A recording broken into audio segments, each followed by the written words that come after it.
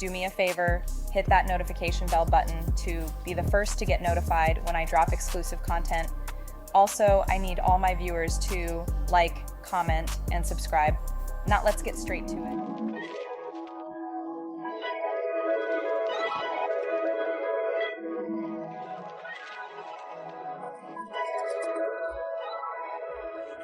What happened to Thug Life?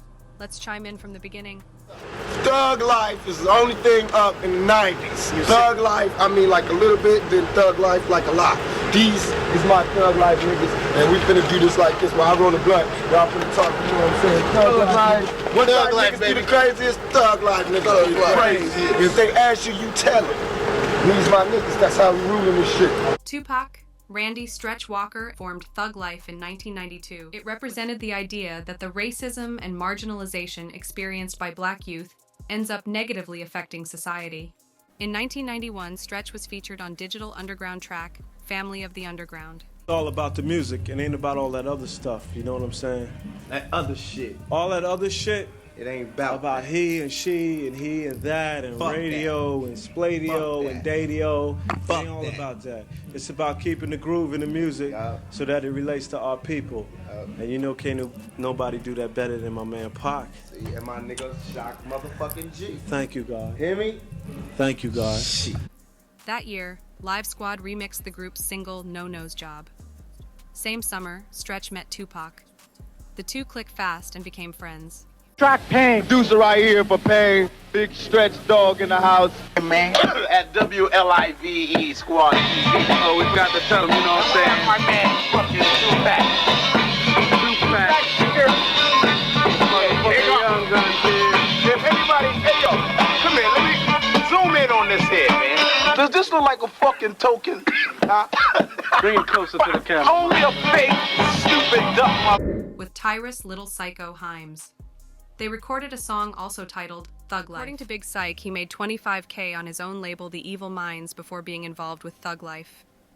When I met Tupac, I already had a record label. I was working at the same studio Interscope paid for him to record in, Echo Sound. That's where I recorded The Evil Mind Gangsters. I always been about quality, not quantity. And I chose to ride with Tupac. I gave up my company. I gave up my street hustle. I lost my girl. I think I made about $25,000 the 4 or 5 years I was around him. But see, it was never about the money. It was all about the love. I started a group called The Evil Mind Gangsters. It was me, Mental, Domino, and my little brother was the DJ Chainsaw. Tupac came to the video shoot. That was before we did Thug Life. I seen a photograph at the Inglewood Post Office. Wanted for a triple murdering kid. You would be a fool to take me for a sucker. It's the sign of the damn tool. Show no mercy, let that evil mind rule. I wish you would. Hated by many and wanted by the Fed. Mental got shot to death on tour. Tupac told me how special Mental was with his rapping. Only fear of death is coming back reincarnated. In street fame, Mental came up with that. Those are quotes from his verses. He could rap his ass off. The best rapper I still heard to this day. I'm in misery. Last night I made history. I killed 50 people that didn't do to me. Don't ask why. No, I wasn't high. Just mad at the world, so it had to die. Can't be faded. I'm more than gang affiliated. Only fear of death is coming back reincarnated. I had it hard in the world, caught me off guard. My best homies lying dead in his front yard. At 14, I was 22, smarter than a math teacher. 15, I spoke like a Baptist preacher. I'm in misery. They said that I ran the world, call up my power, my Uzis and girls. But I was looking to get out of the ghetto. But for now, I'm just a street-made rebel. I got the gun ahead, bullets all on my bed. Cause the mental illness is living on the edge. Soon, Little Psycho joined the group under the name Big Psych. Later, Macadocious and the Rated R joined the group. Macadocious and Rated R was a group called Double Jeopardy. Coolio was their manager at the time. That's how they got introduced to Tupac through Coolio. They met at a hotel session also with Naughty by Nature. They politic with Pac, which later end up getting Tupac number. Going forward, they agreed to join Thug Life. Okay, so this is Radar. Yo, what's up, Box Talk? Macadocious. What's up, Box Talk? Sight. Yeah, You know, man Mo Free. What's up? Big Stretch in the back. The whole squad. What's up, boy? My boy Moose off from the Young Thugs representing, you know what I'm saying? You got the whole Rated R. They was with Coolio. And Coolio was doing something with Naughty by Nature. And we all hooked up in the hotel. They was like, Pop, we want you to put us out, man. We got some raw. I was like, man, if y'all niggas just stick down with me, when I get the time, I'll put you out. And I said that to a lot of niggas, but these the niggas that stuck down. We got a whole new Thug Life thing coming. We finna go on the road. They signed with Interscope Records and recorded an LP titled Thug Life, Volume 1. Thug life don't necessarily mean you out here selling drugs and you out here robbing and you doing something negative. Thug life is doing whatever it takes to survive. Tupac's stepbrother, Mopreme Shakur, later joined the group. Yo, anybody seen my diary? Oh, there it is. But little does he know I'm really losing it. I got a head, but ain't no screws in it. Roll up, and get swole up, hold up. How you gonna play me like a something Dunkin' Donut? I done came a long way to get set. Thug Life was the first group that Tupac created. Say Thug Life, I mean that shit. Cause these white folks see us as thugs. I don't care what y'all think. I don't care if you think you a lawyer, if you a man, if you an African American, if you whatever the fuck you think you are. We thugs and niggas to these motherfuckers. You know? And until we own some shit, I'ma call it like it is. How you gonna be a man and we starving? Go ahead. You know? And you can walk by 5 different houses, ain't a man in either one of them motherfuckers. The project was originally planned in 1991.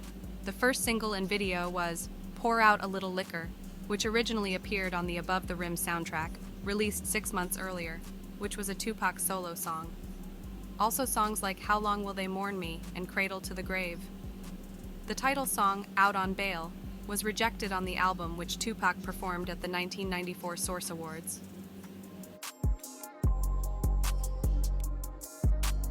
The hate you gave little infant, UCK, everybody.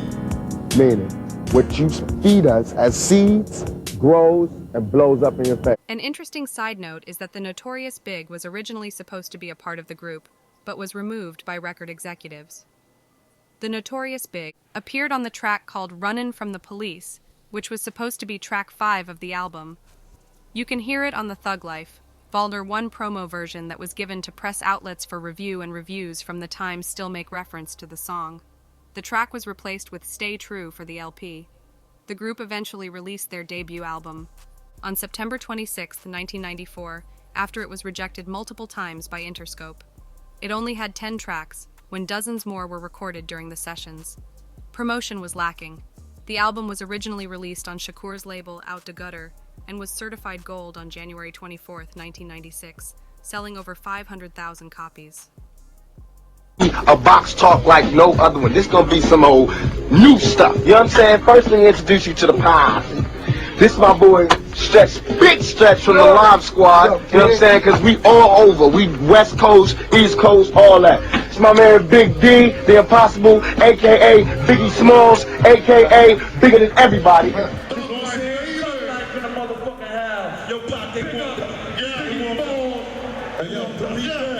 Y'all ready to do this shit? So peep game. I need the real G's to be real G's. Real G's don't beat females up in the front of the stage to see another nigga. Y'all gotta be real G's, man. Real G's. Fuck that bull. Pac did share his game with Biggie. You know what I'm saying? Biggie was a new artist coming up in the industry, so Pac laced him. You know, told him this, told him that. You know, let him sleep at the house, breaded him. You know what I'm saying? And just shared his energy with him, man, and his insight to the game, man, and it made Biggie more hungry. You know what I'm saying? And yes, Biggie was in Thug Life. You know what I'm saying? And it's crazy how we didn't all come out like a Wu-Tang Clan because of, you know, with Stretch and Biggie really being part of Thug Life. It's just crazy how, you know, they wasn't really in the gym, but I think, you know, Big started fucking with P. Diddy and then, you know, contracts and other things otherwise stopped that.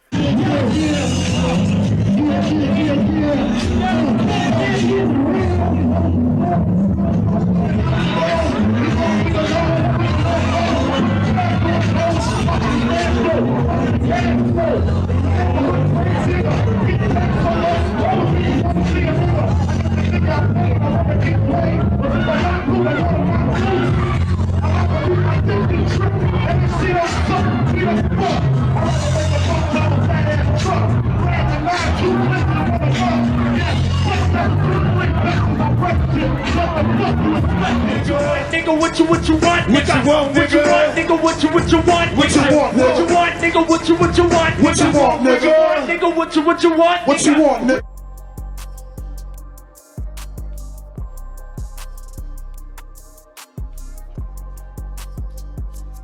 Because of gang politics, you didn't really see Pac around Macadoshes and Rated R, though he loved and respected them. But Pac was closer to Big Psych. Rated R and Macadoshes came up together. Runner was from Rolling 40 Crips. Him and Big Psych got into it in the middle of Interscope in front of all the execs. Big Psych is from Imperial Village Crips. They started banging on each other. Rated R called all his homies to Interscope Records and wanted to fight Big Psych. That's how they lost their record deal. After that, Interscope didn't want anything to do with them. Right now, why is the cameras all on me? Yes, I am gonna say that I'm a thug. That's because I came from the gutter and I'm still here. I'm not saying I'm a thug because I want to rob you and rape people and things. I'm a businessman.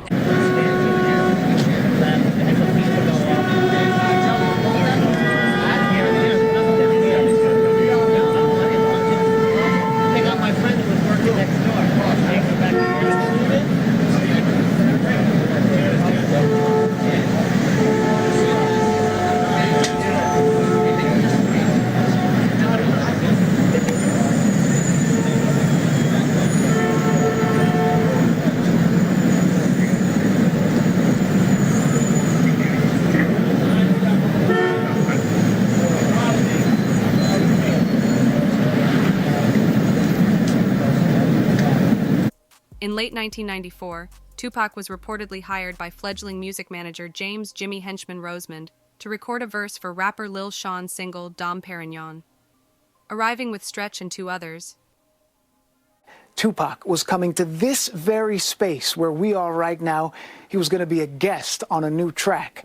But that's when it all happened down in the lobby of this building. He's walking around the corner and he hears some familiar voices from several stories above. And the people yelling at him were Lil C's and Chico Del Vec, both members of Biggie's affiliate rap group, Junior Mafia. And so they're all excited to see each other, and Lil C's runs down to the lobby to meet Tupac. Tupac was in the lobby of the building. He was waiting to go upstairs when those three gunmen entered. They demanded jewelry and cash. Tupac initially resisted. Then he was shot 5 times, and those gunmen made off with about $40,000 worth of jewelry. Eventually, Tupac was dragged into the elevator. What happened next would change the course of rap history forever. Tupac reflected. I was like, what should I do? I'm thinking Stretch is going to fight. He was towering over those niggas. From what I know about the criminal element, if niggas come to rob you, they always hit the big nigga first. But they didn't touch Stretch. They came straight to me, quoted Pac in an interview.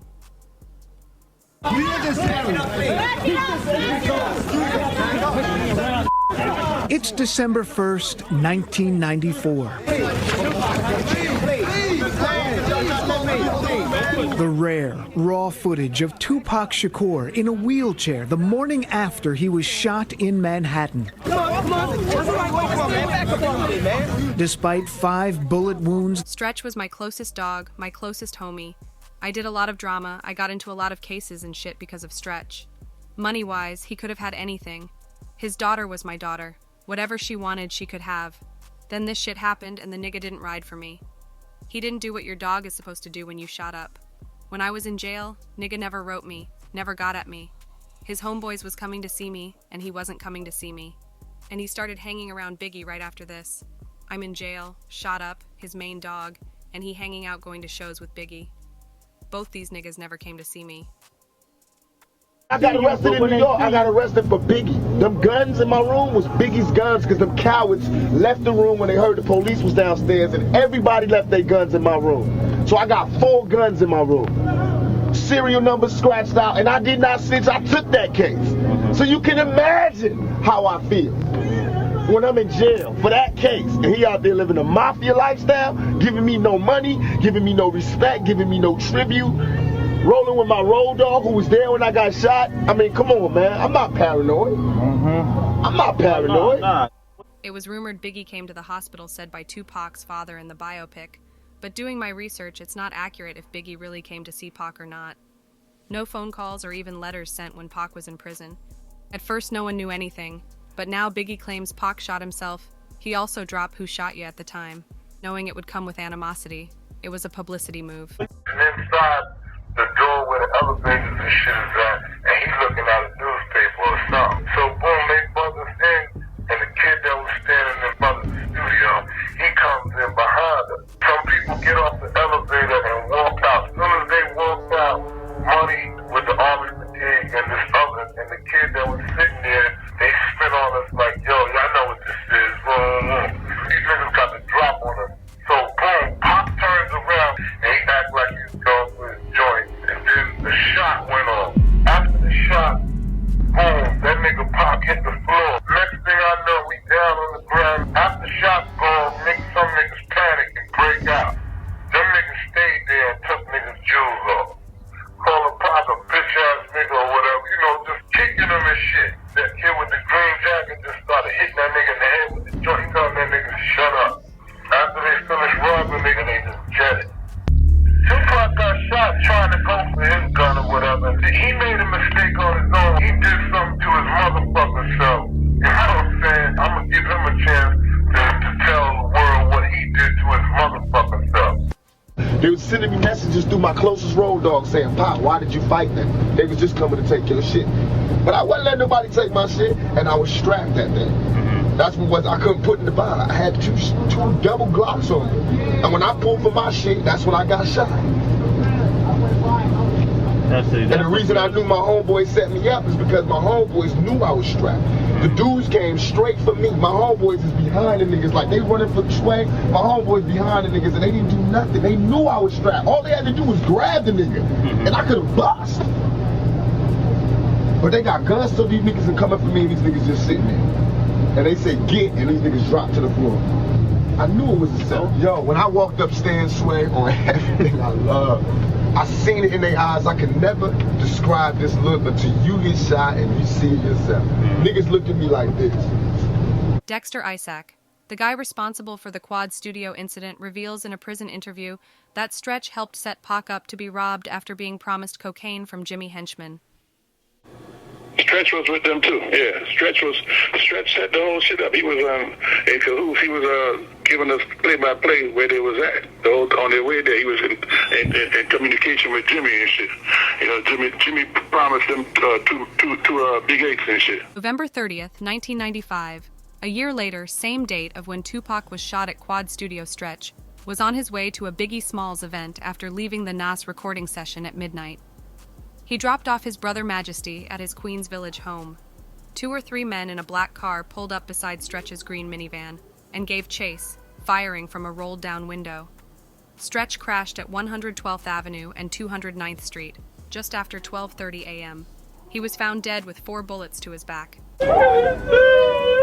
Walker's wife and 6-year-old daughter Monisha are trying to come to grips with their tragic loss. Now, all they have are memories. In Queens Village, Queens, Linda Schmidt, Fox News. Randy Walker. He was just 27 years old.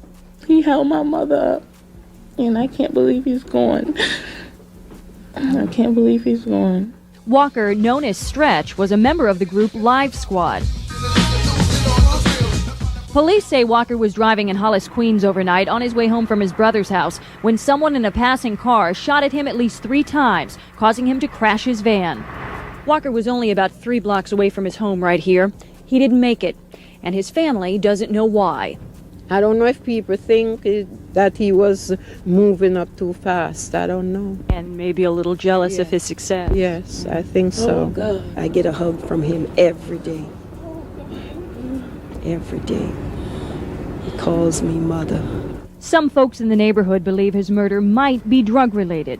We had to sell drugs. So he wasn't into drugs at all? Nah, not at all. There's a lot of rumors about that. And maybe, growing up, in the streets, whatever. But now, in these years now, I wasn't even going down like that. Word around town, it's been floating that Pac had something to do with Stretch murder. By one of his associates, it's also a letter that Tupac wrote putting a hit out on Stretch. Hey, yo, Thug Life is dead. I was like, while I'm in jail, this is going to jail with me. Nobody has the power. Nobody is like me to be able to represent this while I'm locked down. I thought I was going away for years. I couldn't let nobody represent that. And I was seeing how many soldiers I had by coming to jail. I was like, oh no, this shit is, I gotta stop it. I gotta rethink it, because I didn't plan Thug Life. I just said it. It was how I felt. I said it and I lived it. Now I gotta take my life, see what I live, what I represent, and I gotta dictate what this is, and then let niggas be a part of it. So that's why I killed it, and murdered it, and choked it, and all them niggas that was rapping with me, I murdered and choked their career as far as being with me. Because if it was a thug life, it would have been some, you know, shit would have happened different. I wouldn't have got shot like that. So this thug life got destroyed. I came back out with my shit. And even then, I still had niggas on my team that I shouldn't have had on my team. I should have started all new with family. Now everybody on my team is family. When Tupac was released from prison, he shut down Thug Life and took Big Syke and Mopreem with him. Each and every person out there, don't forget about that clicking up thing, you know what I mean? Be to yourself. Stay to yourself. Trust nobody. Trust nobody. After dog. You know what I mean? Straight up. My closest friends did me in. My closest friends, my homies, people who I done took care of their whole family. I done took care of everything for them, looked out for them, put them in the game, everything turned on me. Fear is stronger than love. Remember that. Fear is stronger than love. All the love I gave didn't mean nothing when it came to fear. So it's all good. But I'm a soldier. I always survive. I constantly come back.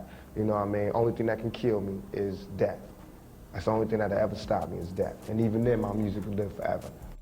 During the Death Row era, Big Syke was around with Pac featured on the double disc album. Tracks like All Eyes on Me, Picture Me Rolling, and Check Out Time. Syke was getting a lot of recognition from All Eyes on Me through his hood Inglewood to LA as a whole. Syke was anxious to pop off his career. Pac told Big Syke to be patient until everything start to fall in place so he can officially sign Syke under his label. Unfortunately, Big Syke backdoored Pac by going to Suge to get a deal for advance money and to start working on his own project. Of course, Suge went back to tell Pac what Syke did, and Pac didn't like that. He felt betrayal. Because one Syke is Pac homie, not Suge, and it was a sneaky move if you ask me. So they both fell out over that, and Syke went back to the hood, what he knows best. And there was another incident with another outlaw, which was Big Syke. I came to work one day and Pac said, hey, Syke, you see that nigga around here? Do what you do. He's not allowed. I don't want him nowhere around me. And I didn't know what was going on with that other than the fact that I knew this for sure, that because after the All Eyes on Me CD had stopped, Big Syke was trying to get a record deal, and he was going to be getting a deal because he told me himself that he was going to be getting a deal. And Pac, I believe, didn't want him to have a record deal with Death Row because he was going to sign him under his label that he was putting together, Machiavelli Records. Okay, so I think Syke went to Suge and tried to do a deal with Suge. Suge told Pac about it, and I never saw Syke no more. And I like Syke. Syke was cool, you know. That was Pac, man. You cross him, there's no gray area. It's black and white. You cross him, you do something, you screw up, you are out. Mopreem claimed he had a child at the time, which he had to tend to, so he wasn't around as well. We not positive sure if Pac stopped messing with Mopreem as well, even though that's his stepbrother. Tupac and Big Syke never got a chance to sit down and hatch things up due to the incident that cost him his life. Tupac was fatally shot on September 7th, 1996 in Las Vegas. He died 6 days later on September 13th. Biggie Smalls died in March 9th, 1997 through gun violence in Los Angeles. Currently, Rated R is in prison sentenced to life for murder, which he is fighting now. Macadocious has a healthy life routine gain movement called Bout That Life, and also breeding bulldogs. Big Syke died December 5th, 2016 in Hawthorne, California at the age of 48 from natural causes.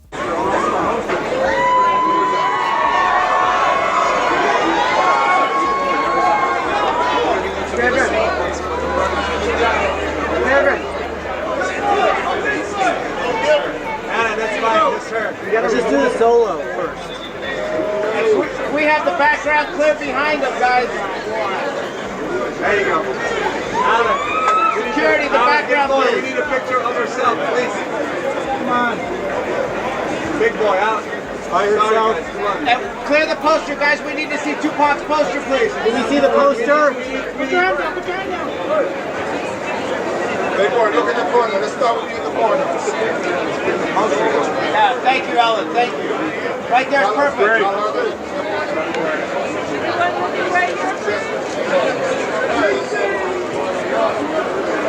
Big set straight ahead, guys.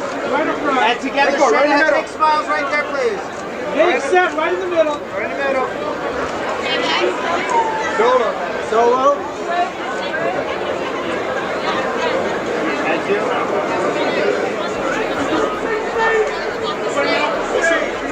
One time, one time. So, sir, start the corner again. Start with me, please. And that smile straight ahead. Right in the middle. Set, straight ahead, right there. Thug Life was a talented group as a whole, leading it by the greatest of all time, the legendary, the realist, the icon, the one and only Tupac. They made history songs that you can listen to this day. It's sad how it ended, and majority of the members are no longer here with us today. I made this for the fans and for the people who really didn't know much of Thug Life. I wanted to shed light on how it started and ended because most of Pac's stories are mainly on the Biggie situation only in Death Row. I wanted to put who he started it with, and it's plenty of them more that didn't make this story because of mainly it was about Thug Life. So everybody chime in the comments and let me know what you think about it with thoughts and opinions. I will love to hear them.